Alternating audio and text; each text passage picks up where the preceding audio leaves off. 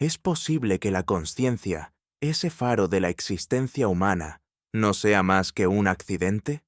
¿Una anomalía en el vasto lienzo de la evolución? En el reino de la evolución, donde cada paso adelante suele medirse por la supervivencia y la reproducción, la consciencia aparece como un enigma. No siempre confiere ventajas claras. En algunos casos, parece más un lujo complejo y costoso. Esta característica, que valoramos como cúspide de la naturaleza humana, podría ser simplemente un subproducto de otros procesos evolutivos no dirigidos hacia ella. Daniel Dennett, en su obra La conciencia explicada, plantea una visión provocadora. La consciencia como un conjunto de trucos neuronales, evolucionados para manejar nuestra complejidad social, no como el pináculo de la evolución, sino como una especie de accidente conveniente. Dennett escribe: lo que todos quieren explicar es por qué y cómo tales sistemas dan lugar a subjetividad, la perspectiva de primera persona de la mente en acción. Reflexionar sobre la consciencia como un error evolutivo nos obliga a cuestionar la autenticidad de nuestras percepciones y experiencias. Nos enfrenta a la posibilidad de que nuestra más profunda comprensión del yo y del universo no sea el resultado de un propósito intencionado, sino más bien de un accidente feliz, un subproducto fortuito de la evolución. En un universo donde lo accidental se convierte en la norma, nuestra consciencia, aunque producto de un error, se erige como nuestra herramienta más poderosa para dar sentido y forma a nuestra existencia. Aunque originada por azar, la consciencia nos permite explorar y reflexionar sobre la profundidad de la vida, otorgando significado incluso a los más oscuros recovecos del ser.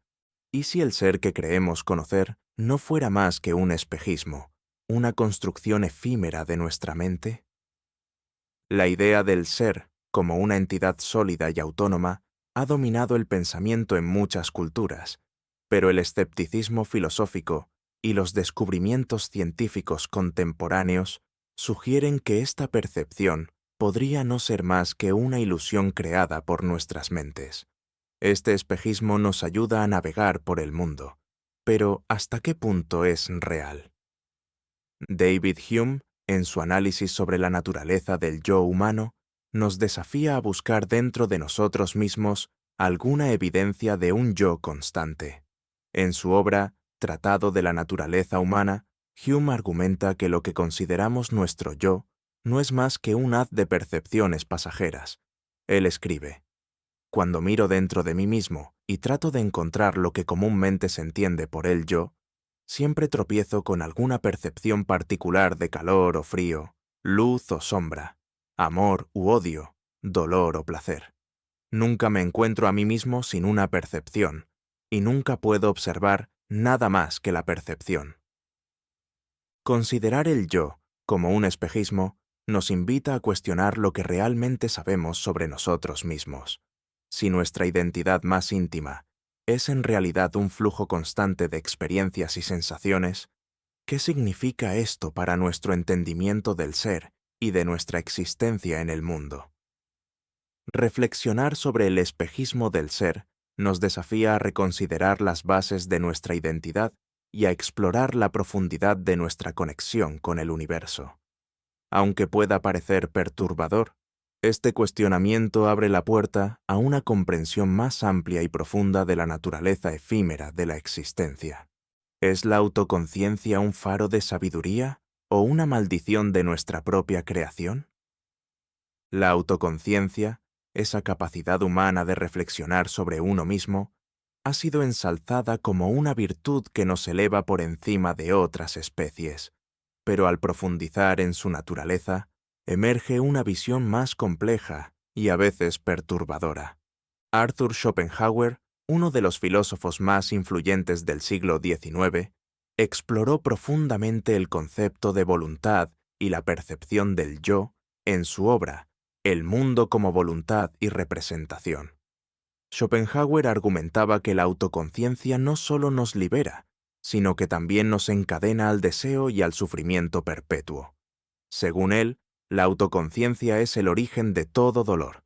En la medida en que somos conscientes, somos miserables. Esta perspectiva nos plantea que la autoconciencia, lejos de ser un simple regalo de la evolución, puede ser una carga. Nos enfrentamos no solo a la responsabilidad de nuestras decisiones, sino también al peso del conocimiento de nuestra propia finitud y de las limitaciones de nuestra existencia. Reflexionar sobre el paradigma de la autoconciencia nos insta a considerar la dualidad de ser conscientes, mientras nos permite una comprensión más profunda del mundo y de nosotros mismos, también nos revela nuestras propias debilidades y temores. En este espejo de la mente, vemos reflejada no solo la grandeza de la condición humana, sino también su profunda vulnerabilidad. Así, la autoconciencia se manifiesta no solo como una herramienta de liberación, sino también como un laberinto de reflexiones que a veces conducen a un conocimiento doloroso. ¿Es entonces una bendición o una maldición? Esta pregunta resuena en la mente, dejando un eco de inquietud que perdura en nuestro ser.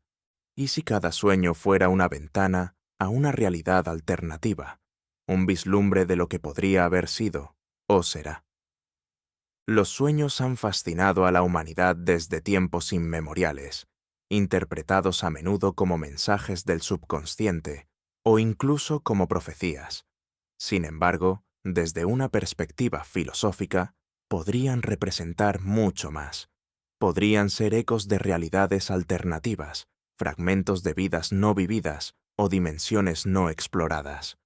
El filósofo y psicólogo William James, en su obra Los principios de la psicología, sugirió que la conciencia no es un río continuo, sino más bien un océano de experiencias posibles, donde los sueños son manifestaciones de esas profundidades no exploradas.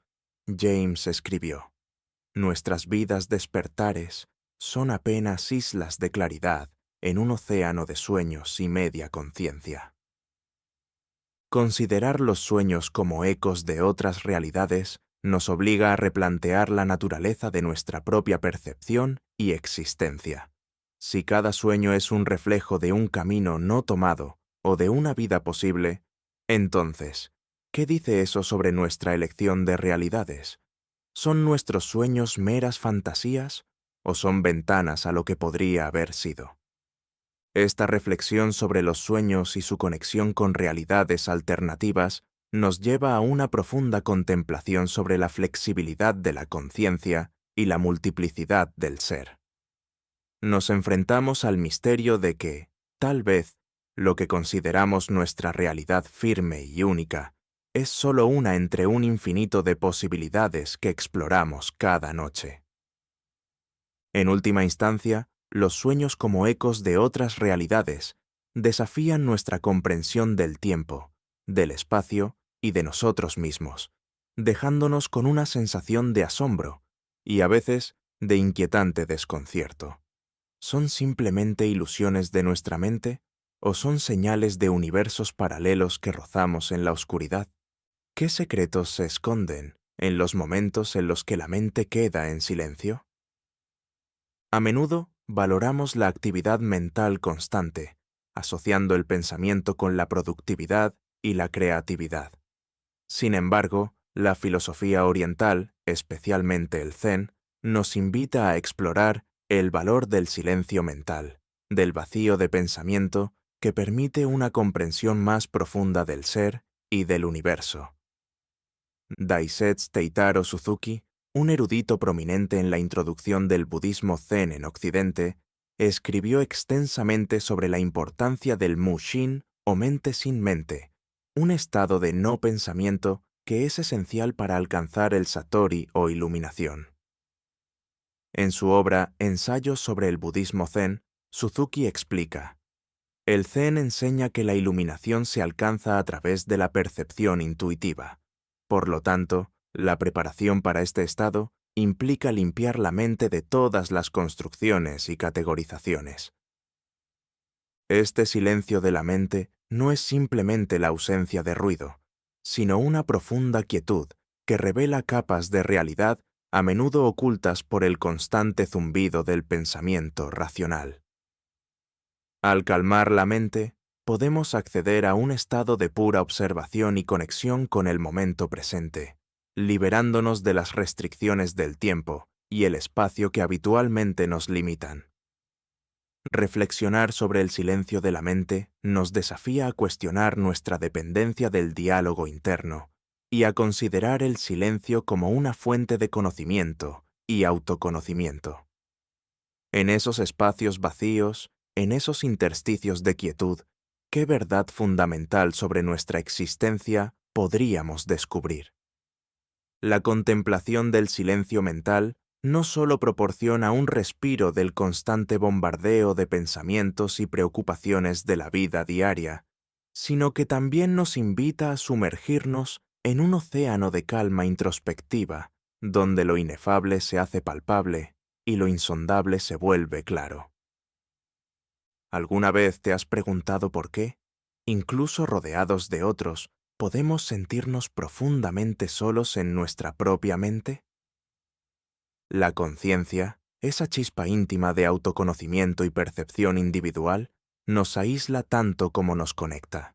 En este sentido, cada conciencia es un universo separado, una entidad solitaria que observa el mundo desde su propia y única perspectiva. Arthur Schopenhauer, en su exploración del sufrimiento humano y la naturaleza de la individualidad, aborda esta soledad intrínseca de la existencia. En su obra El mundo como voluntad y representación, Schopenhauer propone que nuestra conciencia individual nos separa irremediablemente de los demás. Todo individuo, en cierto sentido, es un mundo aparte, pues lleva consigo, en la totalidad de su conciencia, un mundo entero de representaciones. Esta introspección filosófica sugiere que la soledad de la conciencia no es solo una condición emocional, sino una característica existencial. Nos obliga a enfrentar el hecho de que, aunque interactuemos y compartamos experiencias con otros, la interpretación y el sentido de esas experiencias se forman y residen en un espacio mental que es completamente personal e intransferible. Reflexionar sobre la soledad de la conciencia nos lleva a una profunda contemplación sobre el significado de la conexión humana y el aislamiento. ¿Es posible realmente conocer a otro ser? ¿Podemos alguna vez trascender completamente la barrera de nuestra subjetividad para tocar genuinamente la mente de otra persona? Esta línea de pensamiento no solo revela la esencia agridulce de nuestra existencia individual, sino que también nos invita a valorar más profundamente las conexiones que logramos establecer. En el vasto silencio de nuestra soledad interna, los momentos de verdadero encuentro con otro ser se convierten en puntos luminosos de entendimiento y comunión. ¿Es posible que nuestras memorias, esas historias que definimos como vida vivida, no sean más que construcciones de nuestra mente? La memoria, ese depósito de experiencias pasadas, suele ser vista como un registro fidedigno de lo que hemos vivido. Sin embargo, la investigación contemporánea en neurociencia sugiere que la memoria es menos un archivo exacto y más un proceso creativo, sujeto a distorsiones, reconstrucciones y omisiones. El filósofo y psicólogo William James discutió esta naturaleza plástica y falible de la memoria en su obra Principios de Psicología. James señaló que cada acto de recordar implica un acto de reconstrucción, donde el cerebro modifica y adapta los recuerdos para integrarlos en el contexto actual. La memoria no reproduce el pasado, sino que lo reconstruye. Reconstruye con materiales del presente, bajo la guía de las necesidades y deseos presentes. Esta perspectiva sobre la memoria nos obliga a reconsiderar la precisión y autenticidad de nuestras narrativas personales. Si nuestras memorias son en parte ficciones creadas por nuestra mente, ¿cuánto de nuestra identidad está basada en hechos distorsionados o reinventados? Reflexionar sobre la memoria como una fabricación del cerebro nos lleva a una exploración más profunda de lo que significa ser un ser consciente y recordante. En el teatro de nuestra mente, donde cada recuerdo puede ser un acto de creación, nos enfrentamos a la posibilidad de que nuestras vidas estén compuestas tanto por realidades como por ilusiones. En última instancia, la comprensión de la memoria como una construcción nos ofrece una visión más flexible y dinámica de nuestro pasado, y nos invita a abrazar la fluidez de nuestra propia historia, reconociendo que cada recuerdo, aunque posiblemente imperfecto, contribuye a la rica tapestría de lo que somos. ¿Somos verdaderamente los arquitectos de nuestras decisiones? ¿O simplemente espectadores de una obra escrita por las leyes de la física y la química de nuestro cerebro? La creencia en el libre albedrío, la idea de que somos capaces de elegir libremente nuestras acciones, es fundamental para cómo nos vemos a nosotros mismos y cómo operamos en sociedad. Sin embargo, desde la perspectiva de la neurociencia y la filosofía del determinismo, el concepto de libre albedrío se vuelve problemático. Baruch Spinoza, un filósofo racionalista del siglo XVII, desafió la noción tradicional del libre albedrío en su obra Ética. Spinoza argumentaba que todas nuestras acciones están determinadas por causas anteriores, que se extienden más allá de nuestro control consciente. Los hombres se engañan en cuanto creen ser libres. Escribió, explicando que este error se debe a que solo son conscientes de sus acciones y desconocen las causas por las que son determinados. Este enfoque sobre el libre albedrío nos lleva a cuestionar no solo nuestra autonomía, sino también las bases de la responsabilidad moral y legal. Si nuestras decisiones son el resultado de procesos inconscientes o causas predeterminadas, ¿cómo podemos atribuir mérito o culpa? Reflexionar sobre el engaño del libre albedrío nos desafía a reconsiderar nuestras percepciones sobre la voluntad y la elección. Esto no solo tiene implicaciones profundas para la ética y la justicia, sino que también afecta nuestra comprensión de la autonomía personal. Al final, enfrentar la posibilidad de que el libre albedrío sea más un sentimiento que una realidad efectiva, nos invita a explorar nuevas formas de entender la libertad, la acción y la responsabilidad en un mundo donde la elección podría ser simplemente otra faceta de nuestra mente interpretativa.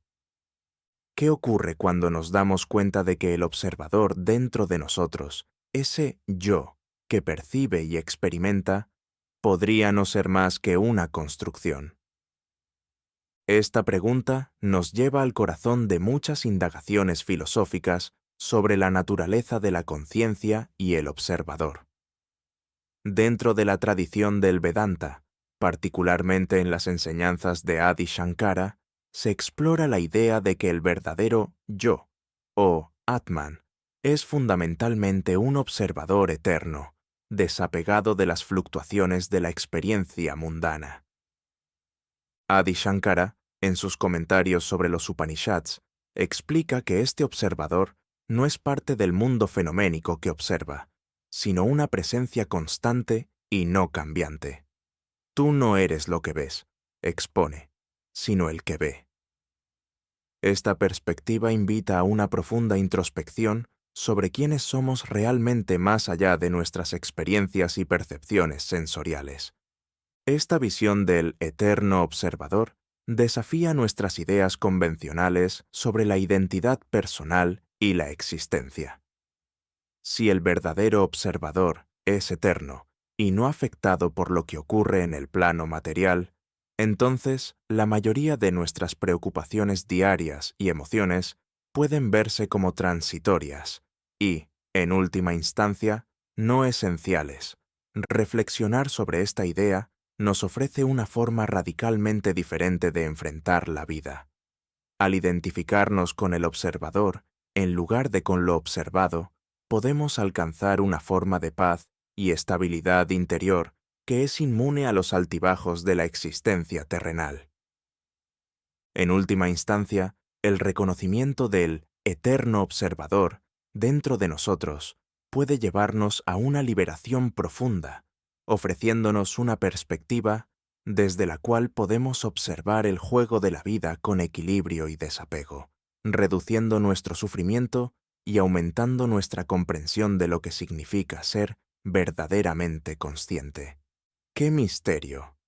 Ese y verdades ocultas yacen en las profundidades del inconsciente, ese vasto territorio inexplorado de nuestra mente.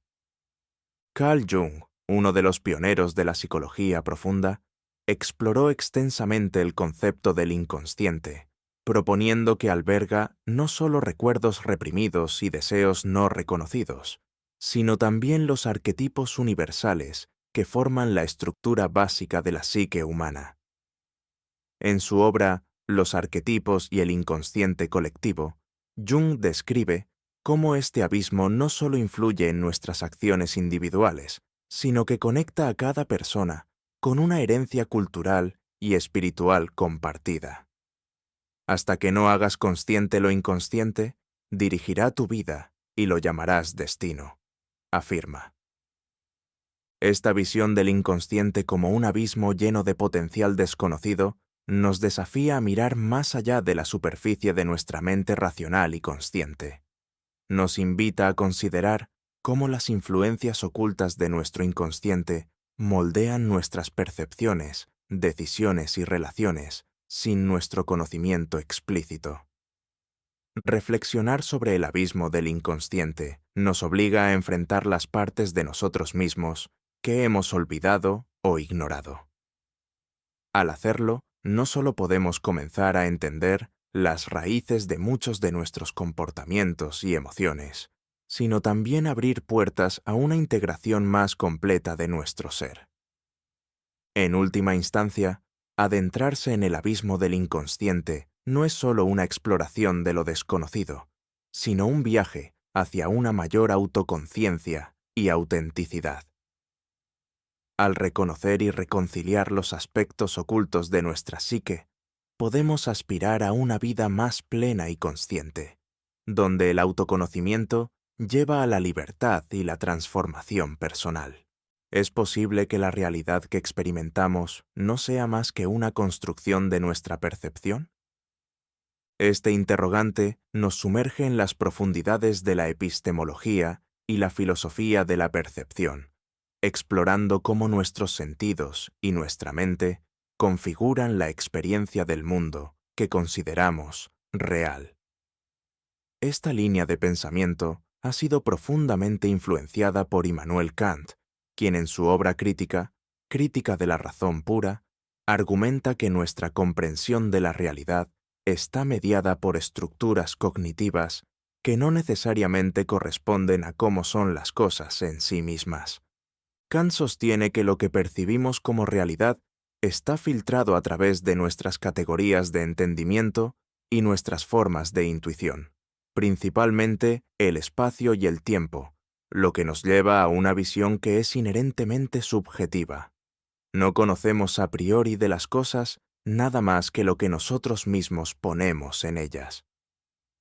Esta perspectiva nos obliga a reconsiderar no solo lo que consideramos verdadero y real, sino también cómo interactuamos con el mundo y los demás. Si cada persona construye su propia realidad basada en percepciones únicas y subjetivas, ¿cómo podemos estar seguros de compartir el mismo mundo? Reflexionar sobre la realidad como una construcción perceptiva amplía nuestra comprensión de la comunicación, la empatía y las relaciones humanas. Reconocer que cada individuo vive en una realidad ligeramente diferente, moldeada por su percepción única, puede llevarnos a un mayor esfuerzo por entender las perspectivas de los demás y a valorar la diversidad de experiencias humanas. En última instancia, este enfoque nos desafía a vivir con una mente más abierta y un corazón más comprensivo, sabiendo que la realidad es más un diálogo entre percepciones que un absoluto inmutable. Nos invita a cuestionar constantemente nuestras suposiciones y a estar dispuestos a redefinir lo que consideramos cierto, en un esfuerzo continuo por acercarnos a una comprensión más profunda y compartida de nuestro mundo. ¿Es posible que la conciencia, ese distintivo tan celebrado de la humanidad, no sea más que un experimento cruel de la naturaleza? Esta pregunta nos lleva a explorar la dualidad de la conciencia como una bendición y una carga. La idea de que la conciencia podría ser un experimento cruel proviene de una interpretación existencialista y pesimista de la condición humana, similar a las ideas presentadas por filósofos como Arthur Schopenhauer y Friedrich Nietzsche. Schopenhauer, en particular, describió la vida como un constante sufrimiento, impulsado por deseos insaciables que nuestra conciencia nunca nos permite satisfacer completamente. En su obra, El mundo como voluntad y representación, sugiere que la conciencia intensifica nuestro sufrimiento al hacernos plenamente conscientes de nuestras carencias y de la ineludible mortalidad. La vida oscila, como un péndulo, de un lado al dolor, del otro al hastío. Nietzsche, por su parte, abordó la conciencia como un aspecto que complicaba la existencia, añadiendo una capa de reflexión que, aunque nos eleva por encima de otras especies en términos de capacidad para razonar y reflexionar, también nos hace profundamente conscientes de nuestras limitaciones y de la inevitabilidad del sufrimiento. Explorar la idea de la conciencia como un experimento cruel nos lleva a cuestionar el valor y el propósito de ser conscientes. Si la conciencia nos hace únicos entre las criaturas, pero al mismo tiempo nos sumerge en un mar de sufrimiento y dilemas éticos, podríamos considerarla una evolución favorable o una especie de castigo. Este enfoque nos desafía a mirar más allá de la glorificación tradicional de la conciencia y a considerar sus efectos desde una perspectiva más crítica y matizada. En última instancia, reconocer la conciencia como un experimento cruel no solo redefine nuestra comprensión de lo que significa ser humano, sino que también nos invita a buscar formas de aliviar el peso que conlleva, buscando un equilibrio entre el reconocimiento de nuestra naturaleza y la aspiración a superar sus desafíos. ¿Por qué vivir se siente, a veces, como sostener dos verdades que se contradicen, y aún así seguir adelante? Ser conscientes implica habitar una tensión constante entre lo que somos y lo que queremos ser, entre lo que sentimos y lo que mostramos, entre la belleza del mundo y su inevitable destrucción. Vivimos dentro de esa disonancia, intentando armonizar lo que no encaja. Albert Camus, en El mito de Sísifo, lo plantea con brutal claridad. No hay destino que no se venza con el desprecio. Para él, la existencia es absurda, no porque carezca de sentido, sino porque el ser humano lo exige desesperadamente de un universo que no está obligado a ofrecérselo. Y en esa grieta nace la disonancia. Anhelamos significado en un mundo que guarda silencio. Esta contradicción no se puede resolver con fórmulas simples. Amar la vida y temerla. Buscar verdad sabiendo que tal vez no existe. Sentirse único y al mismo tiempo radicalmente insignificante. Pensar en la muerte mientras planeamos el futuro. Todo esto convive en el pecho humano, sin manual ni respuesta definitiva. Reflexionar sobre la disonancia de la existencia no es rendirse al caos, sino aceptar que en esa tensión reside nuestra naturaleza. Tal vez no estamos hechos para resolverla, sino para habitarla, para aprender a respirar en medio de ella, porque lo que hace a la vida profundamente humana no es encontrar una sola verdad que lo explique todo, sino caminar cada día con 1000 verdades rotas en los bolsillos, sabiendo que, incluso en la contradicción,